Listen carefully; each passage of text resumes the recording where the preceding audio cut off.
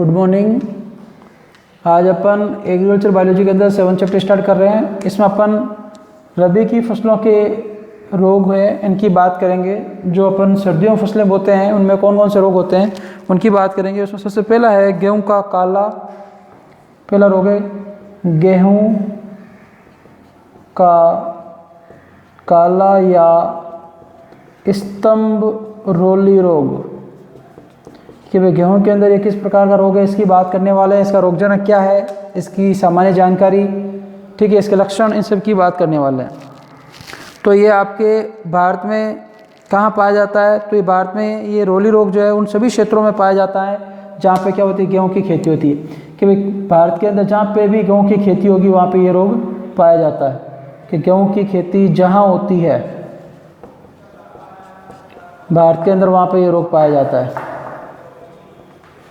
ये रोग पाया जाता है, इसकी उपस्थिति देखी जाती है। अब इसके आगे बात करते हैं अपन इसमें कि ये भारत के मैदानी क्षेत्रों के अतिरिक्त, कि भाई भारत में मैदानी क्षेत्र वहाँ तो पाया जाता है, तो मैदानी क्षेत्रों के अतिरिक्त कहाँ पाया जाता है इसकी बात करते हैं। मैदानी क्षेत्रों के अतिरिक्त, मैदानी क्षेत्रों के अतिरिक्त आपके ये है पाया जाता है पहाड़ों पर। कि भाई पहाड़ों पर 10,000 फीट, पहाड़ों पर 10,000 फीट ऊंचाई वाले क्षेत्रों में भी मिलता है। पहाड़ों पर 10,000 फीट ऊंचाई वाले क्षेत्रों में मिलता है, ठीक है। कि जो पहाड़ है वहाँ पे 10,000 फीट जिनकी ऊंचाई है वहाँ पे भी आसानी से मिल जाता है। और उत्तरी भारत से जो पिछले कुछ समय से ये रोग क्या है आपके गेहूँ की फसल पर भी प्रकट होता है, परंतु देश के दक्षिणी एवं प्रायद्वीपीय भागों में ये रोग नवंबर माह में दिखाई देता है। कि भाई उत्तर भारत में आपके क्या है, उत्तर भारत के अंदर ये क्या आपके कि गेहूं की फसल में प्रकट नहीं हो रहा है, ठीक है। और इसके बाद अपन बात करें दक्षिणी भारत की कि भाई उत्तरी भारत में क्या आपके कि उत्तरी भारत में पिछले कुछ समय से ये रोग क्या है, गेहूं की फसल में प्रकट नहीं हो रहा है। गेहूं की फसल पर प्रकट नहीं हो रहा है, मतलब इनको नहीं देखा गया। जबकि दक्षिणी भारत की बात करें, दक्षिणी भारत तथा आपके प्रायद्वीपीय दक्षिणी भारत तथा प्रायद्वीपीय भागों में ये जो है आपके नवंबर माह के अंदर दिखाई देता है। नवंबर माह में देखा जाता है। कब? नवंबर के अंदर दिखाई देता है, जिससे गेहूं की फसल को अत्यधिक हानि होती है। इससे क्या होता है, अत्यधिक हानि होती है। किसमें? गेहूं की फसल में। कि गेहूं की फसल में अत्यधिक हानि देखी गई है। अब इस रोग के लक्षण क्या है? ये तो इसकी सामान्य जानकारी होगी भी। जो गेहूं का काला स्तंभ रोली रोग जो है ये कहाँ देखा जाता है? तो ये जहाँ पे भी भारत के अंदर गेहूं की खेती होती है वहाँ पे पाया जाता है। मैदानी क्षेत्रों के अतिरिक्त पहाड़ों पर भी 10,000 फीट की ऊंचाई तक वाले क्षेत्रों में रोग मिलता है। और उत्तर भारत के अंदर जहाँ पर गेहूं की फसल पे प्रकट नहीं होता देखा गया कुछ समय से, देखिए दक्षिणी भारत और प्रायद्वीपीय क्षेत्र जो है भारत के अंदर वहाँ पे नवंबर के अंदर ये सबसे अधिक इनका संक्रमण देखने को मिलता है और ये गेहूं की फसल को अत्यधिक नुकसान पहुँचाता है। अब इसके सिम्टम्स क्या है, लक्षण क्या है? कि भाई इस रोग के प्रारंभिक लक्षण कहाँ पर दिखते हैं? प्रारंभिक लक्षण शुरुआत में सबसे पहले तो प्रारंभिक लक्षण जो है कि प्रारंभिक लक्षण जो आपके पौधे के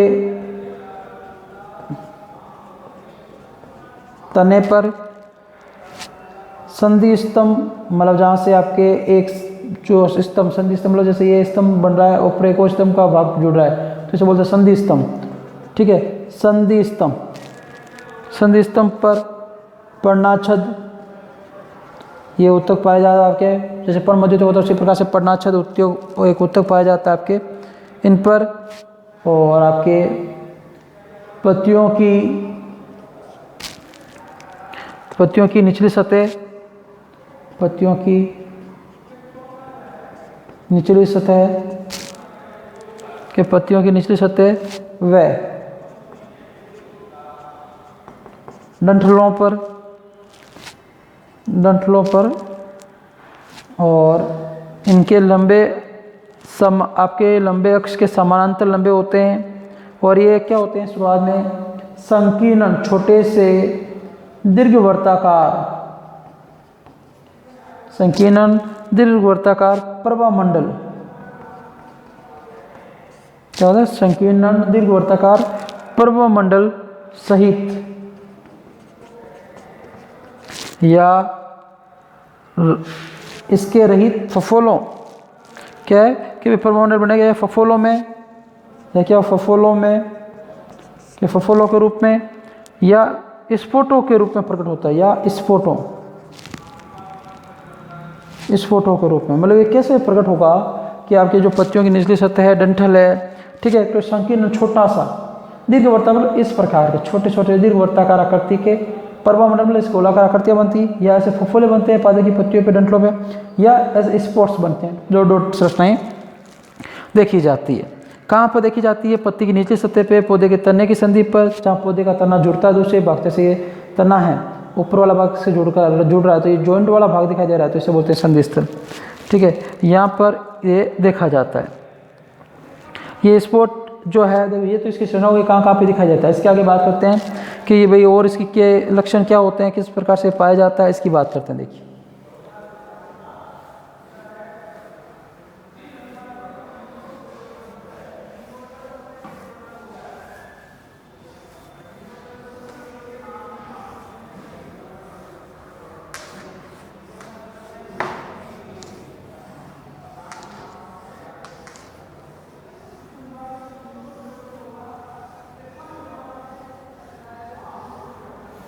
ठीक है, अब देखिए कि ये स्पॉट जो होते हैं यूरेडिनियम होते हैं और इनको ढकने वाली झिल्ली के नष्ट होने या फटने पर ये भूरे रंग के हो जाते हैं।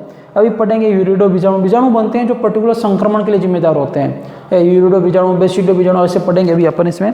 तो ये जो स्पॉट बनते हैं, जो स्पॉट मतलब जो धब्बे बनते हैं ब्राउन कलर के या काले कलर के, ये स्पॉट जो होते हैं क्या होते हैं? यूरेडिनियम होते हैं। यूरेडिनियम मतलब बीजाणु होते हैं जो संक्रमण की एक अवस्था कह सकते हैं, इस रूप में पाया जाता है। अभी आगे पढ़ेंगे तो सब चीज़ें क्लियर हो जाएगी आपके। तो जो यूरेडिनियम है होते हैं, इनको ढकने वाली झिल्ली के नष्ट होने पर ये क्या हो जाते हैं? फटने लग जाते हैं। और कैसे रंग के हो जाते हैं? भूरे रंग के हो जाते हैं। कब? झिल्ली के फटने पर भूरे रंग के। कब? झिल्ली के फटने पर, झिल्ली के फटने पर, ठीक है। अब देखिए इसके आगे बात करते हैं अपन कि जो यूरिडो बीजाणु होते हैं चूर्णी समूह में निकलते हुए दिखाई देते हैं, चूर्ण के रूप में, पाउडर के रूप में निकलते दिखाई देते हैं, चूर्णी समूह के रूप में निकलते दिखाई देते हैं। कौन? यूरेडिनियम बीजाणु या यूरिडो बीजाणु भी कह सकते हैं। इसके आगे बात करें कि फसल के पकते समय इन स्पॉटों का रक्ता भूरा रंग, गहरे भूरे रंग या काले रंग में परिवर्तित हो जाता है। कि जैसे फसल परिपक्व अवस्था में आती है, फसल परिपक्व अवस्था में आती है, मतलब कटने वाली होती है, मैच्योर हो जाती है, उस समय जो आपके जो स्पॉट होते हैं ये किस में बदल जाते हैं कि इनका जो रंग है वो भूरे रंग से गहरे भूरे रंग में बदल जाते हैं। तो ये गहरे भूरे रंग में बदल जाते हैं। गहरे भूरे रंग में स्पॉट्स जो है यूरेडियम के, जो पहले भूरे रंग के होते हैं, ये गहरे भूरे रंग के हो जाते हैं या काले रंग में परिवर्तित हो जाते हैं। तो अपन को पता चल जाता है इसका संक्रमण क्या हो गया? तीव्र हो गया, काले रंग में परिवर्तित हो जाते हैं, ठीक है। इसका आगे बात करते हैं कि ऐसा टीलियम बनने से होता है। तो अगला क्या है कि आपके जो टीलियम बीजाणु जो होते हैं इनके बनने से होता है। तो ये क्यों होता है? टीलियम के बनने से, टीलियम के बनने से। इसके आगे बात करते हैं कि टीलियम में अखरोट जैसे गहरे भूरे रंग के टीलियो बीजाणु भरे होते हैं। कि टीलियम क्या पर्टिकुलर संरचना है? तो टीलियम क्या एक पर्टिकुलर संरचना? टीलियम में क्या है आपके? अखरोट जैसे, टीलियम में क्या है? अखरोट जैसे, अखरोट जैसे गहरे भूरे, क्या पाया जाए? गहरे भूरे रंग के क्या पाया जाता है? टीलियो बीजाणु पाए जाते हैं। टीलियो बीजाणु ये छोटी छोटी संरचनाएं होती है जो रोग संचार के लिए जिम्मेदारी होती है या रोग फैलाने के लिए जिम्मेदार होती है। अभी पढ़ेंगे सभी बीजाणुओं के बारे में पढ़ेंगे इसमें आगे। तो ये अब आपको समझ नहीं आएगा, दुखी नहीं होगा भाई क्या है टीलियम बीजाणु, क्या है यूरिडो बीजाणु। तो ये है कि आप अभी के लिए इतना समझें कि ये एक संक्रमणकारी अवस्था है जिससे गेहूं के अंदर क्या होता है? ये आपके संक्रमण फैलता है। इसके आगे ये क्या करता है? इस रोग की उग्र अवस्था में पौधे क्या रह जाते हैं? बोने। कि जो भी ये रोग उग्र अवस्था में आ जाता है तो पौधे क्या रह जाते हैं? बोने रह जाते हैं। पौधे बोने रह जाते हैं, बोने रह जाते हैं। क्या रह गए? पौधे बोने रह जाते हैं। और इस रोग में क्या होता है आपके, और बालियों में दाने क्या हो जाते हैं? सिकुड़ जाते हैं। किससे क्या होता है? बालियों में दाने सिकुड़ जाते हैं, फिर उनका आकार नहीं बढ़ता है, दाने सिकुड़ जाते हैं। साथ में क्या होता है? दाने सिकुड़ जाते हैं आपके और हल्के भार के बनते हैं। वे दाने सिकुड़ गए तो आपके क्या होंगे? वजन कम होगा, हल्के भार के बनते हैं, हल्के भार के बनते हैं। क्या होता है? हल्के भार के बनते हैं। और कभी कभी बिल्कुल भी नहीं बनते हैं, कभी कभी नहीं बनते हैं। क्या आपके? दाने कभी कभी नहीं बनते हैं। आगे लिख देता हूँ, दाने क्या नहीं बनते? दाने नहीं बनते हैं। और भूसा भी सूखकर क्या हो जाता है? भंगुर हो जाता है। जो भी पत्तियां थी वो भी क्या हो जाती है? सूखकर भंगुर हो जाती है, टूटने लग जाती है। तो ये सभी लक्षण किसके हैं? इस आपके यूरेडिनियम, और जो यूरेडिनियम के अंदर जो यूरिडो बीजाणु होते हैं उसकी वजह से, और टीलियम के अंदर क्या पाया जाता है? टीलियो बीजाणु पाए जाते हैं, उनकी वजह से ये लक्षण दिखाई देते हैं। क्या दिखाई देता है? कि पौधा जब उग्र अवस्था में रोग फैलता है तो बोना रह जाएगा। जो आपकी बालियाँ हैं, बालियों में दाने सिकुड़ जाते हैं, हल्के भार के हो जाते हैं, कभी कभी बनते भी नहीं है। और आपकी भूसा है वो भी क्या हो जाता है? भंगुर हो जाता है, टूट जाता है। इस प्रकार से क्या होता है? रोग उग्र अवस्था में फैल जाता है। अब इसके अपन रोगजनक की बात करते हैं कि भाई रोगजनक कौन सा है। ये आपको मैंने आपको कहा था याद करना है, ठीक है। रोगजनक जरूर एग्जाम में पूछा जाता है, रोगजनक सबकी क्या याद होनी चाहिए। तो ये सबसे महत्वपूर्ण पॉइंट है रोगजनक। तो रोगजनक है इसका पक्शिनिया ग्रेमिनिस टिट्रिसाई। क्या है? पक्शिनिया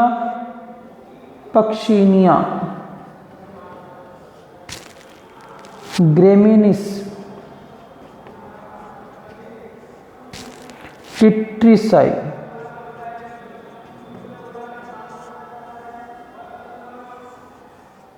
ये रोगजनक है जिसकी वजह से क्या होता है? ये रोग फैलता है। और पक्शिनिया क्या है? एक कवक है। तो ये कवक संक्रमित बीमारी है, कवक के द्वारा फैलने वाला है ये रोग है। अब देखिए इसकी बात करते हैं, इसके बारे में थोड़ी जानकारी लेते हैं। क्या है भाई पक्शिनिया ग्रेमिनिस? ये क्या कार्य करता है, किस प्रकार संक्रमण फैलाता है, इसकी बात करेंगे, ठीक है। तो इसको साफ करते हैं, फिर आगे बात करते हैं। देखिए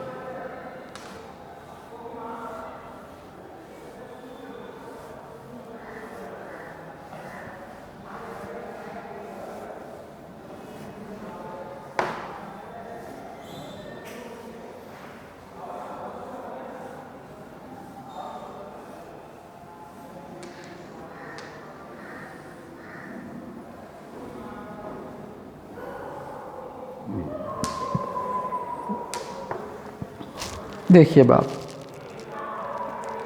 तो पक्शिनिया ग्रेमिनिस क्या है? एक विकल्पी तथा बहुरूपी कवक है। विकल्पी व बहुरूपी कवक है। रूप बदलने वाला, आकार बदलने वाला कवक है। ये विकल्पी है, इसके पास विकल्प है। ये ऑक्सीजन की उपस्थिति में भी रह सकता है और ऑक्सीजन की अनुपस्थिति में भी रह सकता है, ठीक है। क्योंकि इसके संपूर्ण जीवन चक्र में कितने प्रकार के बीजाणु बनते हैं? 5 प्रकार के बीजाणु बनते हैं। और 5 प्रकार के बीजाणु की अपन बात करने वाले हैं, ठीक है। तो इसके जीवन चक्र में कितने प्रकार के बीजाणु बनते हैं? किसके? पक्शिनिया के जीवन चक्र में। तो जीवन चक्र में 5 प्रकार के क्या बनते हैं? बीजाणु बनते हैं, ठीक है। तो ये 5 प्रकार के बीजाणु कौन कौन से, इनके नाम लिखते हैं पहले, देखिए, ठीक है। सबसे पहले आपके कोई भी एक टीलियो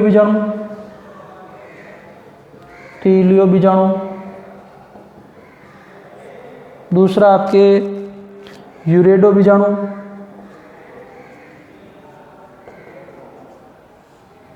तीसरा आपके बेसिडियो बीजाणु,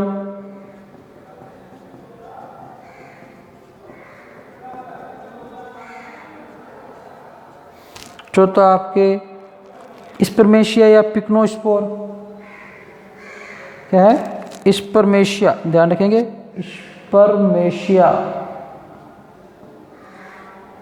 या आपके कौन सा? पिक्नोस्पोर।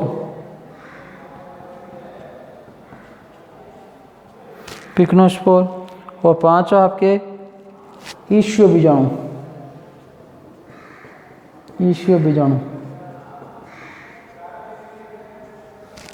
ठीक है, ये क्या है, आपके मुख्य बीजाणु बनते हैं 5 प्रकार के। ठीक है, देखो जो आपके ये कवक है ये निम्न कोटि के जीवों में आते हैं। ठीक है, तो ये इनमें क्या होते हैं, ये अपने संक्रमण के लिए, अपने विकास के लिए बीजाणु बनाते हैं। ये जिनसे ये क्या करते हैं, दूसरे पात्रों में संक्रमण फैलाते हैं और इन बीजाणु के द्वारा इनका विकास होता है। तो अपने से एक प्रकार से कहते हैं इनके द्वारा नई जीव बनने वाली संरचनाएं होती है, नए कवक बनने वाली संरचना होती है। तो ये 5 प्रकार के बीजाणु बनते हैं जो आपके क्या करते हैं, संक्रमण करते हैं, रोग फैलाते हैं। अब देखिए, इसमें से जो यूरिडो बीजाणु, टीलियो बीजाणु होते हैं वो गेहूं पर, कि भाई यूरिडो बीजाणु व टीलियो बीजाणु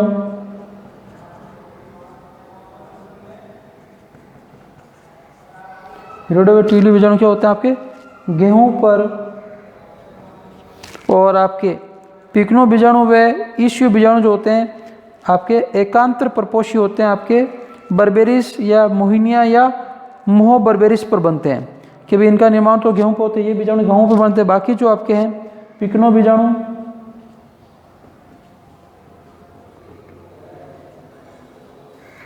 बीजाणु हैं, और वे आपके ईश्वीय बीजाणु जो है, ईश्वीय बीजाणु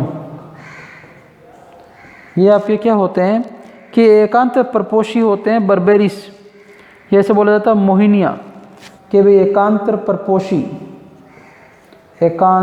परपोषी होते हैं आपके बर्बेरिस,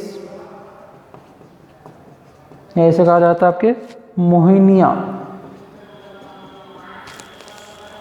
या इसे कहा जाता है महाबर्बेरिस, महोबर्बेरिस। क्या कहा जाता है इसे, महोबर्बेरिस। इन पे क्या होते हैं, बनते हैं, पर बनते हैं। इसके बाद अपन बात करें, क्योंकि इस कवक की सभी अवस्थाएं जो होती है वो पाई जाती है, इसे क्या कहा जाता है, दीर्घ चक्री कवक भी कहा जाता है। किसको, पक्षीना को क्या कहा जाता है, दीर्घ चक्री कवक। क्यों कहा जाता है कि इस कवक में सभी आपके क्या होती है, अवस्थाएं पाई जाती है, क्योंकि ये कवक अपना जीवन चक्र 2 प्रपोषियों में पूर्ण करता है। अतः से किस प्रकार का कवक कहा जाता है, विनाशकारी भी कवक कहा जाता है, कि 2 प्रपोषियों पर, 2 जीवों के माध्यम से, ठीक है, 2 प्रपोषियों के माध्यम से, कि 2 प्रपोषियों के माध्यम से ये क्या करता है, अपना जीवन चक्र पूर्ण करता है। इसलिए क्या कहा जाता है, विनाश्रयी। क्या कहा जाता है, विनाश्रयी कवक कहा जाता है। ठीक है, हेटेरोइशियस कहा जाता है क्योंकि एक परपोषी पर निर्भर नहीं रहकर 2 परपोषियों में अपना जीवन चक्र पूर्ण करता है। जैसे आपने मादा एनाफिलीज पढ़ा होगा, मादा एनाफिलीज जो होता है आपके मनुष्य पर भी अपना, मनुष्य भी परपोषी होता है और मादा एनाफिलीज खुद परपोषी भी होती है। तो 2 परपोषियों, 2 जीवों के माध्यम से अपना जीवन चक्र पूर्ण करता है, इसलिए इसे क्या कहा जाता है, विनाश्रयी कवक कहा जाता है। ये हो गई इसकी सामान्य जानकारी। अब अपने यूरिडो बीजाणु, टीलियो बीजाणु क्या होते हैं इनकी बात करते हैं। देखिए कि भाई यूरिडो बीजाणु क्या होता है, आपके टीलियो बीजाणु क्या होता है, इनकी बात करते हैं। देखिए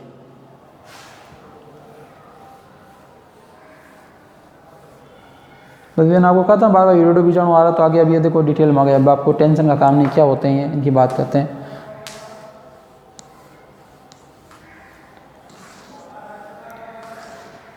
इन सभी बीजाणुओं की अपन बात करने वाले हैं। फिर इसके बाद में इसके प्रबंधन, लक्षण, वो सभी लक्षण हो गया, प्रबंधन की बात करेंगे, किस प्रकार से इसका प्रबंधन किया जाता है। ठीक है, सबसे पहले यूरिडो बीजाणु की बात करते हैं।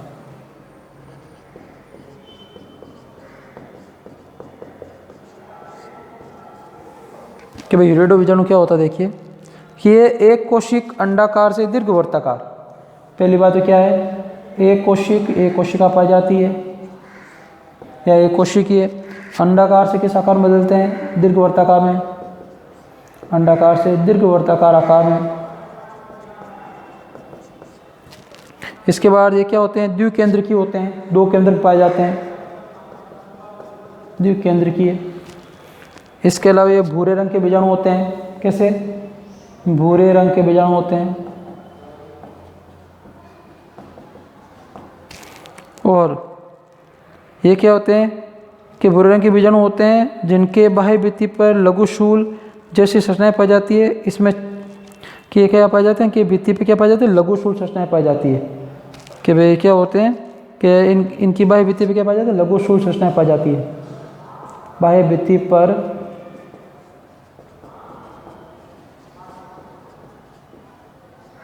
लघु स्थूल मतलब सुई के जैसी संरचनाएं पाई जाती है, जिसमें क्या होते हैं, इनमें 4 जनन छिद्र पाए जाते हैं। इनमें क्या पाए जाते हैं, 4 जनन छिद्र पाए जाते हैं, इनके द्वारा इनमें जनन क्रिया हो सकती है। तो ये क्या हो गए, एक कोशिक होते हैं, अंडाकार होते हैं और दीर्घवृत्ताकार होते हैं। अंडाकार से किस आकार में बदल जाते हैं, दीर्घवृत्ताकार। द्विकेंद्रीय होते हैं, भूरे रंग के बीजाणु होते हैं और बाह्य भित्ति पे लघु स्थूल पाए जाते हैं। और इनमें क्या पाए जाते हैं, आपके 4 जनन छिद्र इसमें पाए जाते हैं। तो ये जानकारी हो गई भाई। बीजाणु, यूरोडो बीजाणु क्या हो गए, कि सब अंडाकार आकृति की संरचना हो गई। एक कोशिक के लिए केंद्र क्या है, द्विकेंद्रीय हो गई सब। भूरे रंग के बीजाणु होते हैं, ब्राउन कलर प्रदर्शित करेंगे। उसके बाद बाह्य भित्ति, जैसे बाह्य भित्ति बनी, इसमें क्या होता है, लघु स्थूल इस प्रकार की संरचनाएं पाई जाती है। ठीक है, और इसके अंदर 4 जनन छिद्र पाए जाते हैं, जिनके द्वारा जनन क्रिया में ये योगदान देते हैं। ठीक है, ये हो गया यूरोडो बीजाणु के बारे में। अब अपन आगे पढ़ते हैं, टीलू बीजाणु की बात करते हैं कि भाई टीलू बीजाणु क्या होता है, इसकी बात देखिए। सामान्य बीजाणु मतलब कवकों में संक्रमण की या अपने जीवन चक्रों को बढ़ाने की एक दूसरी अवस्था होती है। कोई अलग से संरचनाएं नहीं होती कि भाई क्या हो गया। ठीक है, तो अपन दूसरे बीजाणु की बात करते हैं, टीलू बीजाणु की बात करते हैं कि भाई टीलू बीजाणु क्या है, इनकी बात करते हैं। देखिए कि टीलू बीजाणु की देखिए कि टीलू बीजाणु जो होते हैं ये आपके सव्रंथीय व्रंत पाया जाता है। सव्रंथीय ये आपके द्विकोशिकीय होते हैं, 2 कोशिकाएं पाई जाती है। इसके अलावा तर्कु रूपी मोटी भित्ति वाले, तर्कु रूपी मोटी भित्ति वाले, तर्कु रूपी मोटी भित्ति वाले गोल होते हैं, गोल। और आपके क्या गोल शीर्ष वाले होते हैं। या शीर्ष कैसा होता है, गोल होता है या थोड़ा नुकीला होता है, कि या तो क्या होगा, गोल शीर्ष होगा या थोड़ा नुकीला होगा। और अग्र सिरे पे क्या पाई जाती है, भित्ति की मोटाई अधिक होती है, कि वह आगे वाला सिरा जो होता है अग्र सिरे पर भित्ति मोटी होती है, मोटी अधिक होती है, कि वह आगे वाला सिरा होगा उसमें भित्ति क्या होती है, अधिक मोटी पाई जाती है। ठीक है, इसके बाद बात करें अपन के कि इनका रंग कैसा होता है, भूरा अखरोट जैसा होता है। कि इनका रंग जो कैसा होता है, भूरा होता है, भूरा अखरोट, भूरा अखरोट की जैसा होता है। और प्रारंभ में टीलू बीजाणु होते हैं, वो क्या होते हैं, द्विकेंद्रीय होते हैं, परंतु परिपक्व अवस्था में क्या हो जाते हैं, एक केंद्रीय हो जाते हैं। तो ये परिपक्व अवस्था में क्या हो जाते हैं, एक केंद्रीय हो जाते हैं। परिपक्व अवस्था में एक केंद्रीय हो जाते हैं। और अंकुरित होकर क्या करते हैं, प्रोबेसिडियम बनाते हैं, जिस पर एक केंद्रीय के लैंगिक बेसिडियम बीजाणु बनते हैं। कि भाई जब ये क्या होते हैं, परिपक्व हो जाते हैं, तो क्या करते हैं कि भाई आपके कि भाई द्विकेंद्रीय होते हैं, परिपक्व होने पर ये वापस क्या हो जाते हैं, आपके होते हैं द्विकेंद्रिक। देखो जब परिपक्व अवस्था में होते हैं, लेकिन ये होते हैं क्या, होते हैं आपके, इनमें देखिए बात करते हैं, होते हैं एक केंद्रिक हो जाते हैं, लेकिन रहेंगे क्या, आपकी द्विगुणित अवस्था में ही रहेंगे। ये अवस्था तो द्विगुणित रहेगी, लेकिन केंद्रिक क्या हो जाएगा, एक हो जाएगा। और जब अंकुरित होते हैं ये, तो अंकुरित होकर क्या बनाते हैं, प्रोबेसिडियम बनाते हैं। कि भाई ये अंकुरित होकर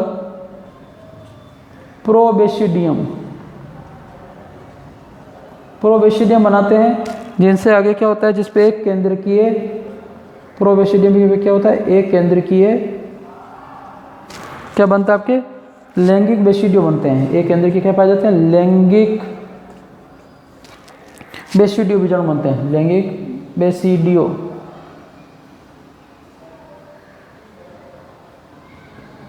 लैंगिक बेसिडियो बीजाणु बनते हैं। ये इनकी संरचना हो गई कि भाई किस प्रकार से ये संरचना पाई जाती है, किस प्रकार से ये विकसित होते हैं, इन सब की अपन बात करें कि भाई टीलू बीजाणु क्या होते हैं, किस प्रकार से कार्य करते हैं, इनकी ये संरचना हो गई। ठीक है, वापस देख लीजिए कि सव्रंत होते हैं, व्रंतरुमा संरचना पाई जाती है इनकी। ठीक है, कि वे आपके व्रंतरुमा संरचनाएं पाई जाती है। और क्या होते हैं, द्विकोशिकीय होते हैं, तर्करूपी मोटी भित्ति वाले होते हैं, गोल शीर्ष वाले होते हैं, थोड़ा नुकीला होता है शीर्ष इनका। ठीक है, कि या तो गोल शीश होगा या वैसे कि या तो फिर ऐसे गोल शीश वाले होंगे या फिर ऐसे क्या होगा थोड़ा सा न्यूक्लियस रचनाएं पाई जाती है इसके अंदर। और इसमें क्या होता है अग्रशिरा पे भित्ति मोटी अधिक होती है कि भाई अग्रशिरा है तो यहाँ भित्ति क्या होगी ऐसे मोटी अधिक पाई जाती है। ठीक है, और रंग कैसा होता है भूरा अखरोट जैसा होता है। परिपक्व अवस्था में क्या होते हैं एक केंद्रीय के होते हैं। ठीक है, और नॉर्मल लेवल के बड़ा द्विकोशिकीय होते हैं। ठीक है, परिपक्व अवस्था में क्या हो जाते हैं एक केंद्रीय के होते हैं लेकिन होते क्या द्विगुणित होते हैं। और अंकुरित होकर क्या बनाते हैं प्रोबेसिडियम बनाते हैं। ये क्या एक केंद्रीय की संरचना है और ये आपके क्या है लैंगिक बेसिडियो बीजाणु बनाते हैं। अभी पढ़ा था बेसिडियो बीजाणु, तो ये लैंगिक बेसिडियो बीजाणु बनाने का कार्य किसका है इन्हीं के द्वारा संपन्न किया जाता है। ये इसकी किसकी मुख्य संरचनाएं हो गई कि भाई किस प्रकार से कार्य करते हैं क्या नहीं होती हैं इनके सर। ठीक है, अगला पढ़ते हैं बेसिडियो बीजाणु। और कल अपन इनके क्या है कि नेक्स्ट क्लास में विरिडो बीजाणु और आपके बेसिडियो टीलियो बीजाणु जो है इनकी संरचना बना के मैं आपको समझाऊंगा अच्छे से कि भाई किस प्रकार से इनकी संरचनाएं पाई जाती है। ठीक है, सिंपल सा भी बनाए अपन कि भाई इनकी संरचना है वो कल मैं आपको अलग अलग कलर पेंट से थोड़ा सा समझा दूंगा किस प्रकार से बनते हैं। आज अपन लास्ट बेसिडियो बीजाणु की बात करते हैं, फिर बाकी जो है वो नेक्स्ट क्लास में अपन बात करेंगे। ठीक है, तो अब अगला है अपना बेसिडियो बीजाणु।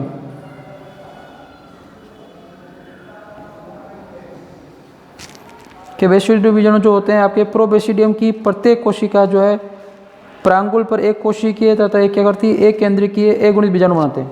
कि वे किसे बनते हैं अभी पढ़ा था ये प्रोबेसिडियम जो है प्रोबेसिडियम से आपके क्या बनते हैं आपके एक कोशिकीय एक केंद्रीय एक कोशिकीय एक केंद्रीय ठीक संरचना बनती है उसे क्या कहा जाता है आपके बेसिडियो बीजाणु। एक कोशिकीय एक केंद्रीय और एक गुणित संरचना बनती है उसे क्या कहते हैं आपके बेसिडियो बीजाणु कहा जाता है। और ये एकांतर प्रपोषी को संक्रमित करते हैं। एकांतर का मतलब होता है एक के बाद एक जो प्रपोषी होते हैं उनको क्या करते हैं संक्रमित करने का कार्य करते हैं। तो एकांतर प्रपोषी को संक्रमित करते हैं। इसके बाद जो है अपन नेक्स्ट क्लास में बात करेंगे। ठीक है, आज के लिए इतना ही। Thank you.